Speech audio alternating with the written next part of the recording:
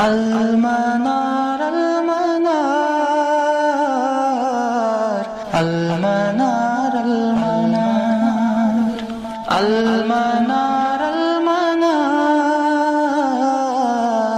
المنار المنار اے امین علم و فن اے حکمتوں کے انجمن تجھ پہ نازاں ہے چمن تجھ پہ نازاں ہے چمن إن الحمد لله نحمده ونستعينه ونستغفره ونعوذ بالله من شرور أنفسنا ومن سيئات أعمالنا من يهده الله فلا مضل له ومن يضلل فلا هادي له وأشهد أن لا إله إلا الله وحده لا شريك له وأشهد أن محمدا عبده ورسوله اللهم صل على محمد وعلى آل محمد كما صليت على إبراهيم وعلى آل إبراهيم إنك حميد مجيد اللهم بارك على محمد وعلى آل محمد كما باركت على إبراهيم وعلى آل إبراهيم إنك حميد مجيد عقیدۃ الرازیین میں ہم جنت اور جہنم کے بارے میں پڑھ رہے تھے، تو اس کے بارے میں کچھ مسائل ہم نے سنے۔ اب ایک اور مسئلہ، مزید مسائل ہم جنت اور جہنم کے بارے میں سنیں گے۔ تو پہلا مسئلہ جو ہم آج سنیں گے، جس کے بارے میں ہم بات کریں گے، وہ ہے جنت اور جہنم جو ہیں وہ کہاں ہے، اس کی جگہ کیا ہے۔ تو جنت کے بارے میں یہ جانیں کہ جنت آسمانوں میں ہے، جیسا کہ اللہ تعالیٰ کا فرمان ہے عند سدرۃ المنتہی عندہا جنت المأویٰ، سدرۃ المنتہی کے پاس جہاں جنت المأویٰ ہے۔ اور حدیث ثابت ہے کہ جو یہ سدرۃ المنتہی ہے، یہ ساتواں آسمان ہے، ساتویں آسمان کے اوپر یہ سدرۃ المنتہی جو ہے وہ جنت کے اوپر ہے، سب سے اوپر جو جنت ہے اس کے اوپر ہے، جیسا کہ صحیح بخاری میں موجود ہے۔ ابو ہریرہ بیان کرتے ہیں کہ رسول اللہ علیہ الصلوۃ نے بیان کیا اذا سألتم اللہ فاسألوه الفردوس، جب آپ اللہ تعالیٰ سے مانگے تو فردوس مانگے، جب آپ اللہ تعالیٰ سے جنت کا مانگیں گے، جنت عطا کرنے کا سوال کریں گے، تو جنت الفردوس کا ہی سوال اللہ تعالیٰ سے کرے۔ فإنه اوسط الجنت وأعلى الجنہ، کیونکہ وہ سب سے افضل جنت ہے اور سب سے بلند اور اعلیٰ جنت ہے۔ اوراہ فوقہ عرش الرحمن، راوی بیان کرتے ہیں کہ مجھے معلوم ہوتا ہے کہ رسول اللہ علیہ الصلوۃ نے یوں بھی ارشاد بیان کیا کہ اس کے اوپر فردوس، جنت الفردوس کے اوپر رحمان کا عرش ہے، رحمان کا عرش ہے۔ ومنہ تفجر انہار الجنہ، اور جنت کے جو نہریں ہیں وہ اسی سے نکلتے ہیں، یعنی جنت الفردوس سے۔ تو اس سے معلوم ہوتا ہے کہ جنت الفردوس سب سے اعلیٰ جنت ہے، بلند جنت ہے، جو کہ آسمانوں کے اوپر ہیں، کیونکہ ہمیں معلوم ہے کہ سدرۃ المنتہی جو ہے وہ جنت کے اوپر ہے۔ تو اس سے معلوم ہوا کہ جنت جو ہے وہ آسمانوں کے اوپر ہے۔ اب جو جہنم کا مسئلہ ہے، جہنم کہاں ہے، تو اس کے بارے میں صراحتاً تو ہمارے پاس کوئی دلیل نہیں ہے، نہ تو قرآن میں نہ تو حدیث میں صراحتاً اس کا ذکر نہیں ہوا ہے۔ البتہ یہ ثابت ہے، کچھ امور اس کے متعلق ثابت ہے، وہ یہ ہے کہ جو پل صراط ہے وہ جہنم کے اوپر ہے، اور پل صراط پر مؤمنین چلیں گے، اس کو پار کریں گے۔ اسی طرح یہ بھی جہنم کے متعلق ثابت ہے کہ جہنم کو قیامت کے دن لایا جائے گا، وہ لایا جائے گا، یعنی اس سے کیا معلوم ہوتا ہے کہ وہ کسی اور جگہ ہے اور قیامت کے دن اسے لایا جائے گا۔ عبداللہ بن مسعود رضی اللہ عنہ سے روایت ہے کہ رسول اللہ علیہ الصلوۃ نے بیان کیا، صحیح مسلم کی روایت ہے، یؤتی بالنار یوم القیامۃ لها 70,000 زمام، قیامت کے دن جہنم کو لایا جائے گا اور اس کی 70,000 لگام ہوں گی۔ مع کل زمام 70,000 ملک، اور ہر ایک لگام کے ساتھ 70,000 فرشتے ہوں گے، 70,000 لگام ہوں گی جہنم کی، اور ہر ایک لگام کے ساتھ 70,000 فرشتے ہوں گے۔ تو اس سے معلوم ہوتا ہے کہ جہنم کی وسعت کتنی بڑی ہے، جہنم کتنی بڑی ہے، اللہ تعالیٰ اسے محفوظ رکھے۔ البتہ کچھ صحابہ سے ثابت ہے، ان سے مروی ہیں، عبداللہ بن عباس، عبداللہ بن مسعود، عبداللہ بن سلام رضی اللہ تعالی عنہم اجمعین، ان سے روایات ملتی ہیں، وہ کہتے ہیں کہ جہنم جو ہے وہ زمین میں ہے، جہنم زمین میں ہے، اور قرآن کا ظاہر بھی اسی پر دلالت کرتا ہے۔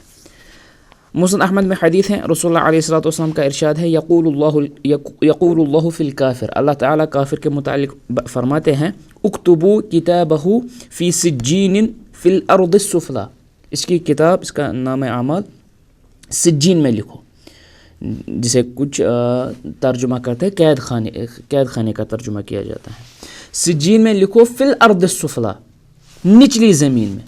تو اسے کیا معلوم ہوتا ہے کہ جہنم جو ہے وہ کہاں ہے؟ وہ زمین کے اندر ہے، نچلی زمین میں، جو سب سے نیچے جو زمین ہے۔ فَتُطْرَحُ رُوحُهُ طرحا، پھر اس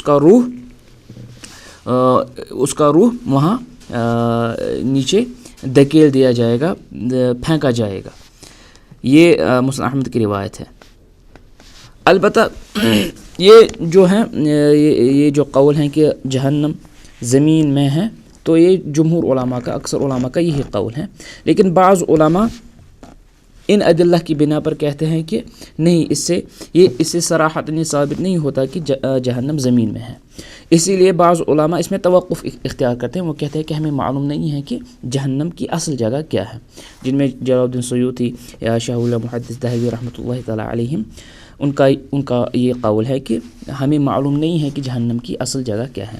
اور اسی طرح شیخ طریفی حفظہ اللہ بھی کہتے ہیں کہ ان 4 وجوہ کی بنا پر، ان 4 اسباب کی بنا پر اس سے ثابت نہیں ہوتا، جو ہم نے اوپر احادیث وغیرہ سنی، اس سے یہ ثابت نہیں ہوتا کہ جہنم زمین میں ہے۔ تو شیخ طریفی یہ اسباب بیان کرتے ہیں، وجوہ بیان کرتے ہیں۔ پہلی وجہ وہ کہتے ہیں کہ قرآن میں آیا ہے کہ زمین کو تبدیل کیا جائے گا دوسرے زمین سے، یوم تبدل الارض غیر الارض والسماوات، جب زمین کو دوسرے زمین سے تبدیل کیا جائے گا اور آسمانوں کو بھی تبدیل کیا جائے گا۔ تو وہ کہتے ہیں کہ اس سے کیا معلوم ہوتا ہے، اس سے اگر ہم کہیں گے کہ جہنم زمین میں ہے، تو اس سے معلوم ہوتا ہے کہ جہنم کو بھی تبدیل کیا جائے گا۔ لیکن ہم کہیں گے کہ یہ ضروری نہیں کہ تبدیل سے مراد زمین کو پورے اعتبار سے زمین کے پورے اجزاء کو تبدیل کیا جائے گا، بلکہ ہم کہتے ہیں کہ تبدیل سے کیا مراد ہے، زمین کا بدلنا، اس سے کیا مراد ہے، یعنی زمین کو ہموار کیا جائے گا، جو اس کے اوپر پہاڑ وغیرہ ہیں ان کو ریزہ ریزہ کر کے زمین کو ہموار کیا جائے گا۔ تو اس سے یہ اخذ کرنا کہ زمین کی جو پوری صورت ہے، اس تمام صورت کو، جو اس میں چیزیں ہیں، ان تمام کو تبدیل کیا جائے گا، تو ایسا ضروری نہیں ہے۔ اسی طرح وہ کہتے ہیں کہ صحیح میں حدیث ہے، صحیح بخاری میں حدیث ہے، عائشہ رضی اللہ عنہ کی حدیث، بلکہ صحیح مسلم میں یہ حدیث ہے، عائشہ رضی اللہ عنہ بیان کرتی ہیں کہ رسول اللہ علیہ الصلوۃ والسلام سے پوچھا گیا، این الناس یوم تبدل الارض غیر الارض والسماوات، کہ لوگ کہاں ہوں گے جب زمین اور آسمان کو تبدیل کیا جائے گا، تو لوگ کہاں ہوں گے اس وقت؟ رسول اللہ علیہ الصلوۃ والسلام نے بیان کیا، ہم فی الظلمۃ دون الجسر، وہ پل صراط کے آگے، پل صراط سے پہلے ہوں گے، اندھیریوں میں پل صراط سے پہلے ہوں گے۔ پل صراط کس پر ہے؟ پل صراط یہ جہنم پر ہے۔ اور اگر یہ کہا جائے کہ جہنم زمین میں ہے، تو شیخ طریفی کا اس سے مراد ہے کہ اس سے معلوم ہوتا ہے کہ لوگ زمین پر ہی ہوں گے۔ اگر یہ کہا جائے کہ جہنم زمین میں ہے، تو اس سے معلوم ہوتا ہے کہ لوگ زمین پر ہی ہوں گے، تو زمین کو کیسے تبدیل کیا جائے گا؟ لیکن یہاں حدیث میں جو آئے ہیں دون الجسر، جسر یعنی پل صراط سے پہلے وہ ہوں گے، پل صراط سے پہلے وہ ہوں گے، پل صراط یا اس کے بعد نہیں ہوں گے۔ جب ہم کہیں گے کہ پل صراط، اگر یہ کہیں کہ ہم جہنم زمین میں ہے اور جہنم پر پل صراط ہے، لیکن یہاں حدیث میں آیا ہے کہ پل صراط سے پہلے ہوں گے، تو لوگ زمین پر نہیں ہوں گے۔ جب زمین کو تبدیل کیا جائے گا تو لوگ زمین پر نہیں ہوں گے، تو لوگ زمین سے ہٹ کے کسی اور جگہ ہوں گے، اور اللہ تعالیٰ زمین کو تبدیل کرے گا۔ تو ہم جو شیخ طریفی نے یہ دوسرا سبب بیان کیا ہے، تو اس کا ہم رد اس سے کریں گے کہ حدیث میں صاف آیا ہے کہ پل صراط سے آگے ہوں، پل صراط سے پہلے ہوں گے، نہ کہ پل صراط یا پل صراط کے پار ہوں گے۔ تو ہم کہیں گے کہ یہاں زمین مراد نہیں ہے، لوگ زمین پہ نہیں ہوں گے، دوسری جگہ ہوں گے اور زمین کو تبدیل کیا جائے گا۔ اسی طرح ایک اور سبب شیخ طریفی بیان کرتے ہیں، وہ کہتے ہیں کہ جو جہنمی ہوں گے، ان کا جو جسم ہوگا وہ بہت بڑا ہوگا، جو حدیث میں آیا ہے صحیح مسلم کی روایت میں ہے درس الکافر او ناب الکافر مثل احد وغلظ جلدہ مسیرۃ ثلاث. کافر کا جو دانت ہوگا درس کہتے ہیں مولرز کو, اور ناب کہتے ہیں یہ جو نوکیلے دانت ہوتے ہیں, ناب اسی کو کہتے ہیں. تو یہاں مراد ہے کہ کافر کا جو دانت ایک دانت ہوگا وہ احد پہاڑ کے برابر ہوگا. اس سے ہم معلوم کر سکیں گے کہ اس کے جو اعضاء ہوں گے وہ کتنے بڑے ہوں گے. دانت جو ہوتا ہے سب سے چھوٹا عضو ہوتا ہے انسان میں, دانت کتنا بڑا ہوگا کافر کا, وہ احد پہاڑ کے برابر ہوگا. اور اس کی جو جلد ہوگی, جو سکن ہوگا اس کا, وہ کتنا موٹا ہوگا. رسول اللہ علیہ وسلم بیان کرتے ہیں کہ 3 دنوں تک جو جتنا سفر انسان طے کرے گا اتنا کافر کی جسم, کافر کا جو سکن ہوگا اس کی موٹائی اتنی ہوگی. ایک اور حدیث میں آیا ہے ما بین منکبی الکافر فی النار مسیرۃ 3 ایام للراکب المسرع, کہ جہنم میں کافر کے جو 2 کندھے ہیں ان 2 کندھوں کے درمیان اتنی مسافت ہوگی جتنا ایک تیز اونٹ پر جتنا انسان 3 دنوں کا سفر طے کرے گا, جتنا وہ سفر طے کرے گا, جتنی وہ ڈسٹنس کور کرے گا, وہی ڈسٹنس کیا ہوگی, اتنی کافر کے جو 2 کندھے ہیں ان کے درمیان ڈسٹنس ہوگی. تو اسے معلوم ہوتا ہے کہ ان کے جسم بڑھا دیے جائے گے تاکہ وہ اچھے سے وہ جہنم کا عذاب چکھے. یا اسی طرح ترمذی کی روایت میں آیا ہے ان غلظ جلد الکافر 42 ذراعا, 42 ہاتھ جہنم میں کافر کی جو سکن ہوگا اس کی موٹائی 42 ہاتھ ہوگی, 42 ہاتھ ہوں گے. جتنے 42 ہاتھ کی ڈسٹنس ہے اتنے اس کا وہ سکن ہوگا. وَإِنَّ ضِرْسَهُ مِثْلُ أُحُدٍ, اور اس کا دانت احد پہاڑ کے برابر ہوگا. وَإِنَّ مَجْلِسَهُ مِنْ جَهَنَّمَ مَا بَيْنَ مَكَّةَ وَالْمَدِينَةِ, اور اس کی جو جگہ ہوگی, جس جگہ میں وہ کافر جہنم میں رکھا جائے گا, وہ جگہ کتنی ہوگی, جتنا مکہ اور مدینہ کے درمیان فاصلہ ہے. تو اس سے ثابت ہوتا ہے کہ جہنمی جو ہوں گے ان کے جسم بہت بڑے ہوں گے. اب دیکھیے کہ جہنم میں اکثر لوگ جائیں گے, اکثریت جہنم میں جائے گی, اس کے باوجود ہم دیکھتے ہیں کہ ان کا جو سائز ہوگا وہ بہت بڑا ہوگا. اب اس سے ہم یہ اندازہ لگا سکتے ہیں کہ جہنم کا سائز کتنا بڑا ہوگا. تو شیخ طریفی کا کہنا ہے کہ اس سے معلوم ہوتا ہے کہ جہنم بہت بڑی ایک جگہ ہے, زمین اتنی بڑی جگہ نہیں ہے. تو اس کا ہم یہ جواب دے سکتے ہیں کہ یہ تو غیب ہے, نہ تو ہمیں پوری طرح سے زمین کی جو وسعت ہے نہ تو وہ معلوم ہے, نہ تو جہنم کی وسعت ہمیں پریسائزلی معلوم ہے. یہ تو معلوم ہے کہ جہنم بہت بڑی جگہ ہوگی, لیکن جہنم چونکہ یہ غیبی امور سے تعلق رکھتا ہے تو اس میں ہم قیاس کم کرتے ہیں. دنیاوی امور پر اس کا قیاس کرنا یہ زیادہ صحیح نہیں ہوتا کیونکہ وہ غیبی امور ہے. تو بہرحال ایک اور وجہ وہ بیان کرتے ہیں کہ وہ کہتے ہیں کہ جہنم کی جو گہرائی ہے وہ بھی بہت زیادہ ہے. جیسے کہ صحیح حدیث میں صحیح مسلم کی روایت میں آیا ہے کہ ابو ہریرہ بیان کرتے ہیں کنا عند رسول اللہ صلی اللہ علیہ وسلم یوما فسمعنا وجبہ, ہم ایک دن رسول اللہ علیہ الصلوۃ والسلام کے پاس بیٹھے تھے تو ہم نے گرنے کی آواز سنی.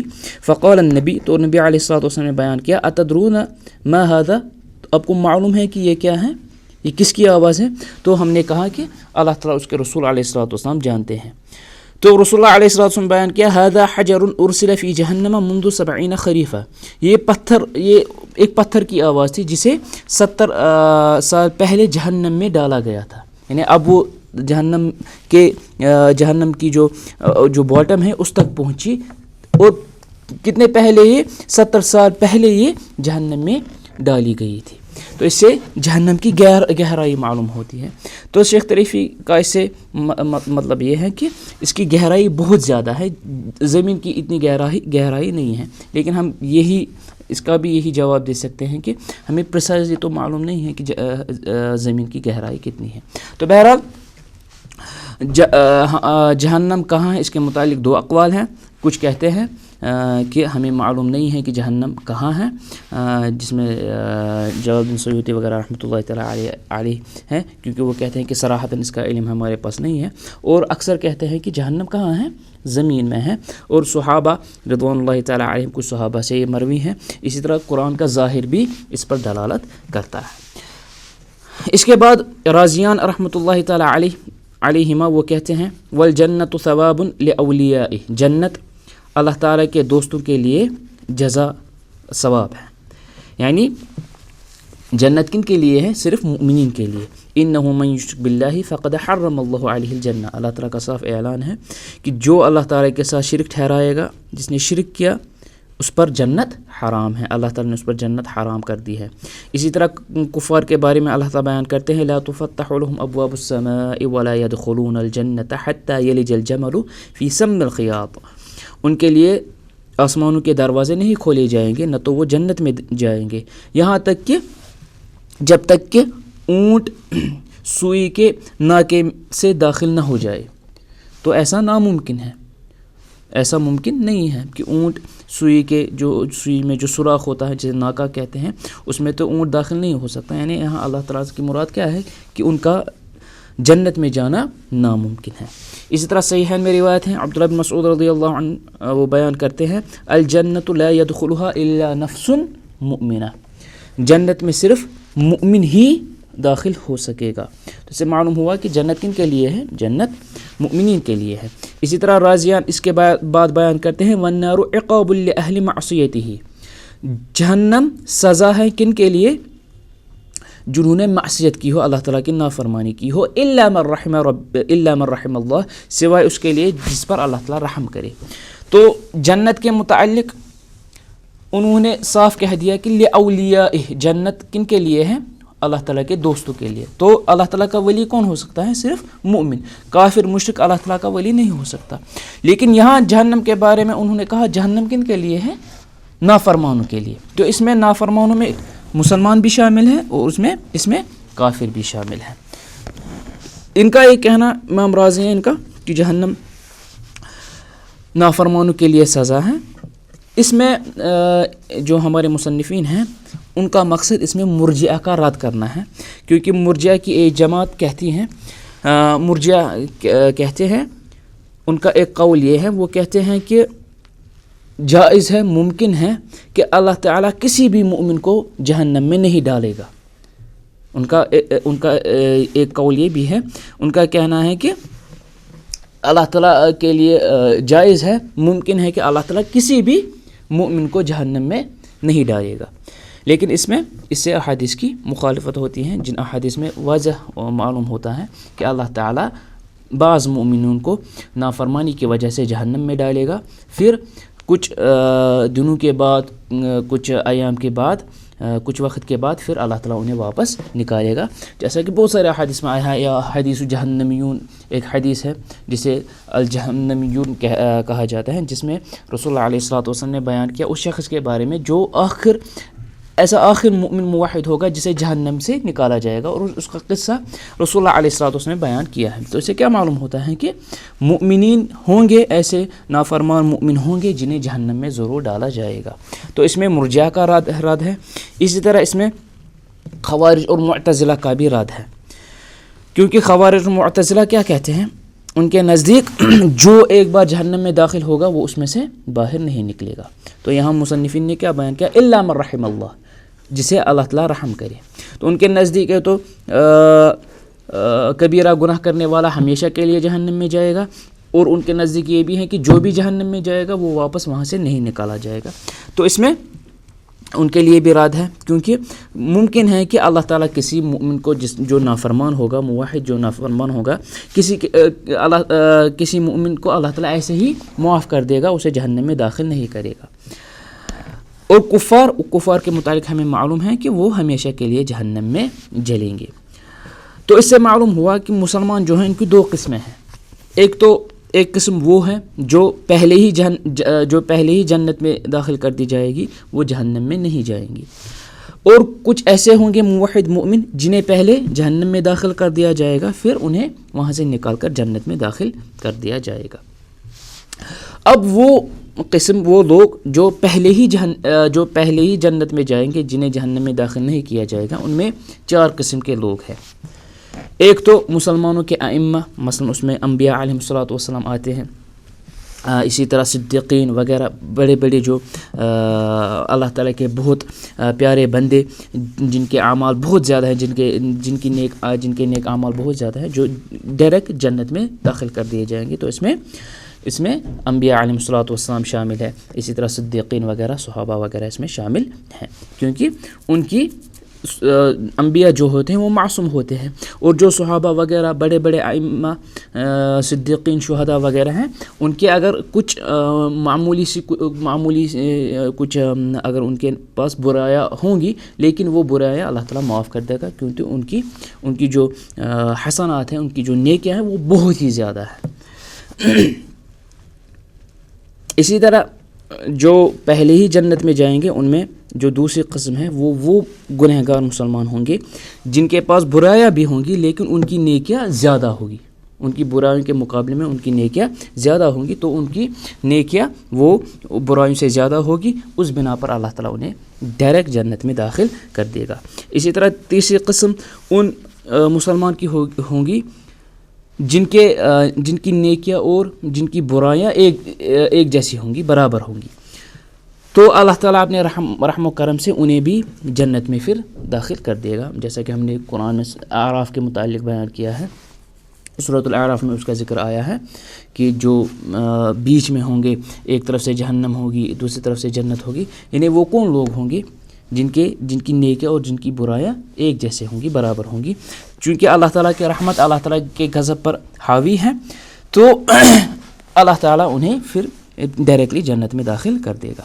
چوتھی قسم ہے ان موحد مسلمانوں گنہگاروں کی جن کی نیکیاں بھی ہوں گی، برایاں بھی ہوں گی، لیکن ان کی برایاں ان کی نیکیوں سے زیادہ ہوں گی، تو ان میں سے بعض کو اللہ تعالیٰ پہلے جہنم میں داخل کر دے گا، پھر انہیں واپس جنت میں جہنم سے نکال کر جنت میں داخل کر دے گا۔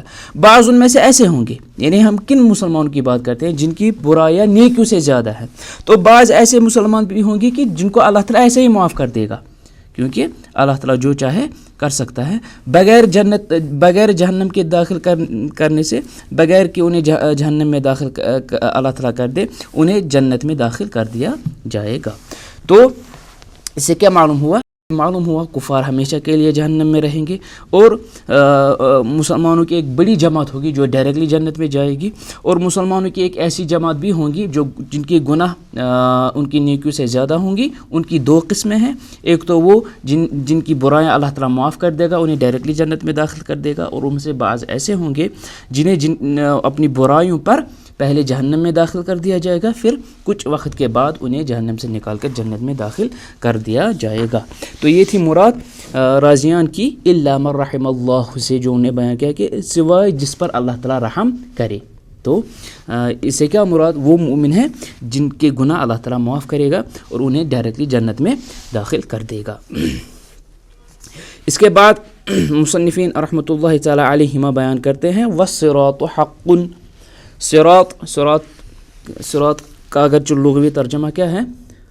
راستہ، لیکن یہاں صراط سے مراد کیا ہے؟ یہاں صراط سے مراد پل صراط ہے، اور پل صراط حق ہے۔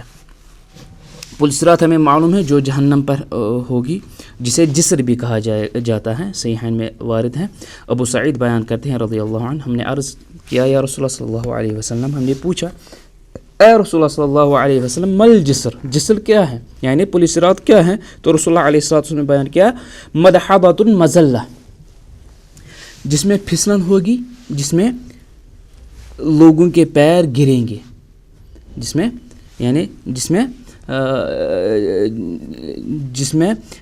پھسلن ہوگی اور جس میں لوگ گریں گے، یعنی ایسا پل ہے جس پر چلنا بہت ہی مشکل ہے۔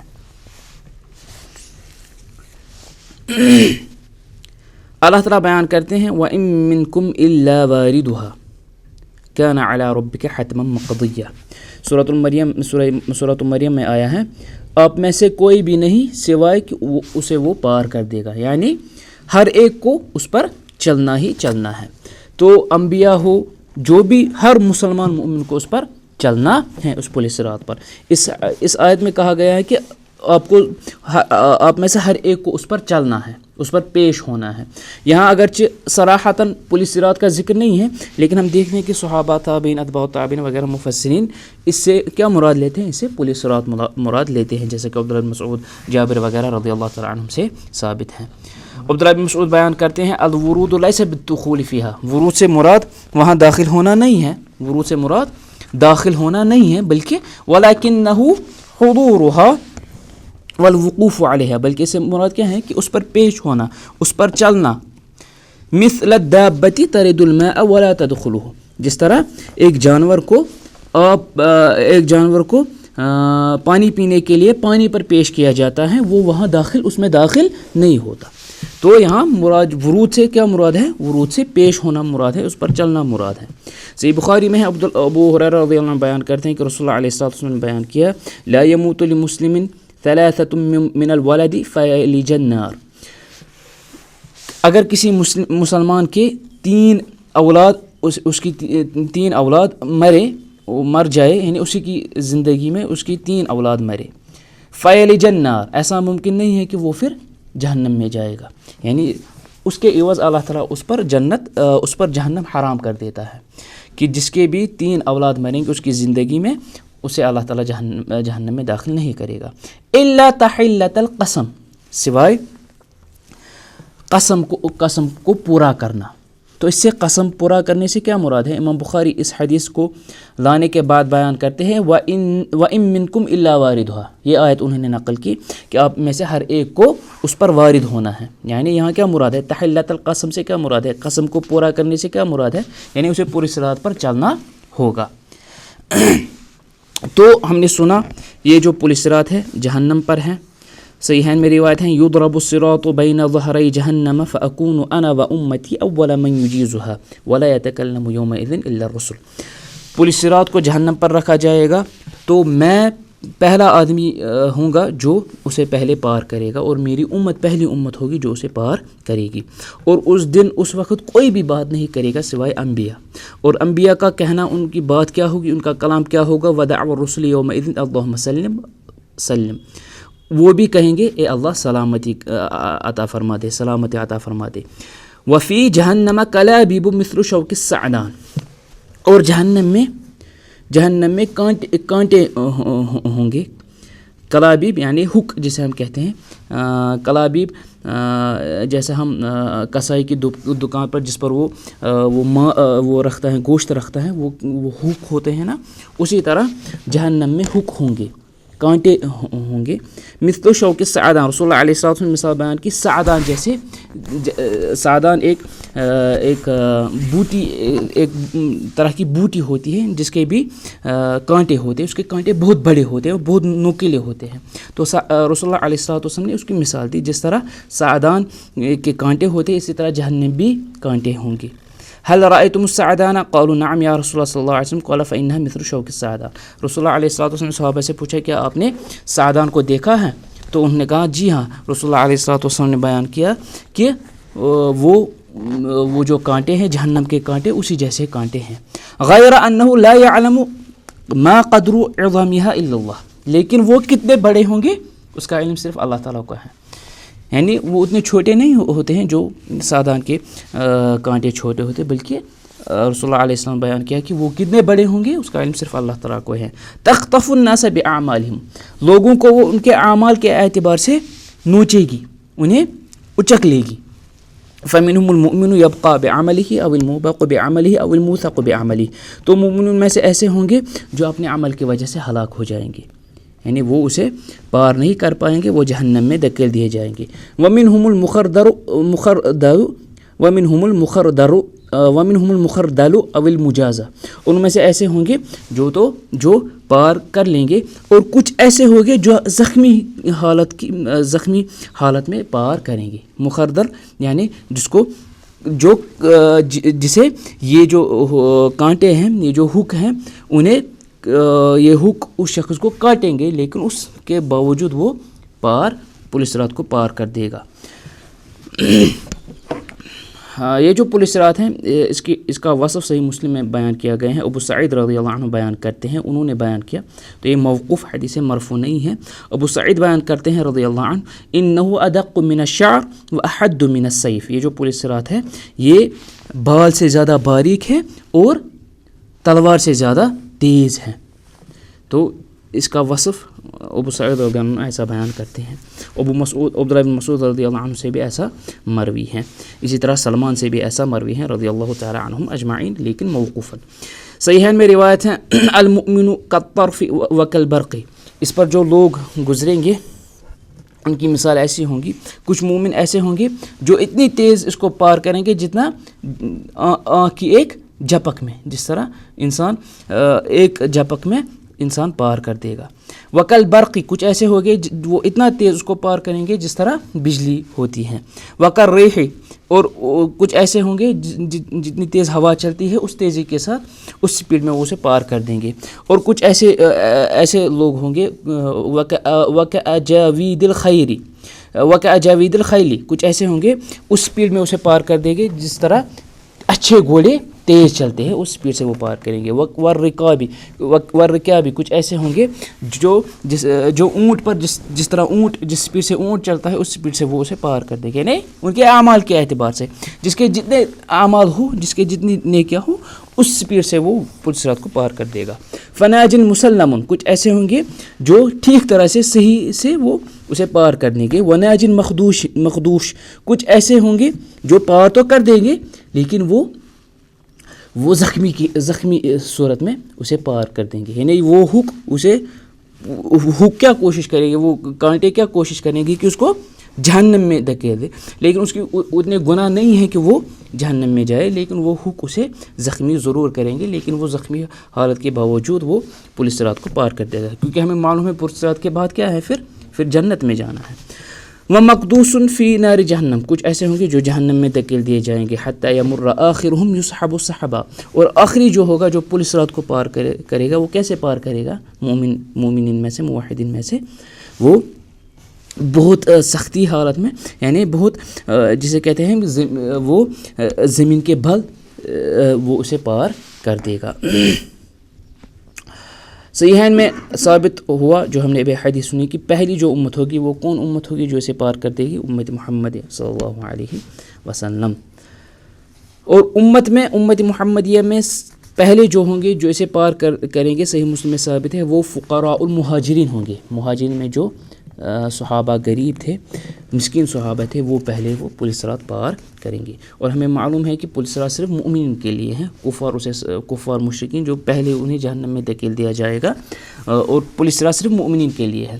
اور منافقین بھی آئیں گی اس کو پار کرنے کے لیے, چونکہ وہ مؤمنین کے ساتھ ہوں گے وہاں. لیکن جب وہ پولیس رات تک پہنچے گی تو مؤمنین کو نور دیا جائے گا, جیسا کہ قرآن سے ثابت ہے. اور وہ نور بھی اعمال کے اعتبار سے ہوگا, جتنی انسان کو اعمال ہوں گی اتنا وہاں نور ہوگا اس شخص کے لیے, کیونکہ وہاں اندھیرا ہوگا تو وہاں نور کی بنا پر چلا جائے گا. مومنین میں سے جو سب سے کمزور ایمان والا ہوگا, جس کے اعمال بہت کم ہوں گے, اس کا نور کیا ہوگا, اس کا جو پیر کا تھمب ہے اس اعتبار سے اتنا اس کا نور ہوگا. اور وہ کبھی کبھار وہ نور ظاہر ہوگا تو کبھی وہ بند ہوگا. جب وہ ظاہر ہوگا تو وہ اس وقت چلے گا. اب جو منافقین ہوں گے وہ کہیں گے کہ ہمیں بھی تو نور دو, وہ مومنین سے کہیں ہمیں بھی تو نور دو, ہم تو دنیا میں آپ ہی کے ساتھ تھے. انہیں کہا جائے گا آپ پیچھے دیکھو, قرآن میں اس کا ذکر ہے, فَالْتَمِسُوا نُورًا, پیچھے دیکھو, پس وہاں سے آپ نور کو ڈھونڈو. جب وہ پیچھے دیکھیں گے تو وہاں کچھ نہیں ہوگا. پھر ان کے اور مومنین کے درمیان دیوار قائم کی جائے گی. تو جس طرح انہوں نے دنیا میں دھوکہ دیا, اسی طرح ان کو آخرت میں دھوکہ دیا جائے گا. تو بہرحال پھر وہ جہنم میں دھکیل دیے جائیں گے. تو اسے کہنے کا یہ مقصد ہے کہ پولیس رات صرف مومنین موحدین کے لیے ہے. اب مصنفین نے پولیس رات کا ذکر کیوں کیا, کیونکہ پولیس رات کا کچھ طوائف انکار کرتے ہیں, مثلا معتزلہ اور خوارج, وہ پولیس رات کا انکار کرتے ہیں, کیونکہ اس کی وجہ ہمیں معلوم ہے کہ پولیس رات کن کے لیے ہیں, صرف موحدین کے لیے.